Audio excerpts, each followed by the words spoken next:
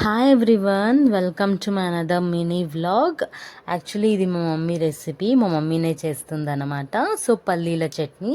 So ఇది మా mummy style అనమాట. సో మేము కూడా ఈ స్టైల్ చేసిన ఇలానే చేసినా కూడా మాకైతే ఈ టేస్ట్ అస్సలు రాదండి. మా మమ్మీ చేసే టేస్టే చాలా డిఫరెంట్గా ఉంటుంది.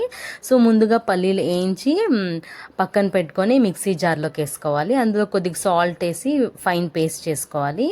తర్వాత ముందే ఆయిల్లో ఫ్రై చేసుకోవాలి ఆనియన్స్, టమాటో, గ్రీన్ చిల్లీ అనమాట.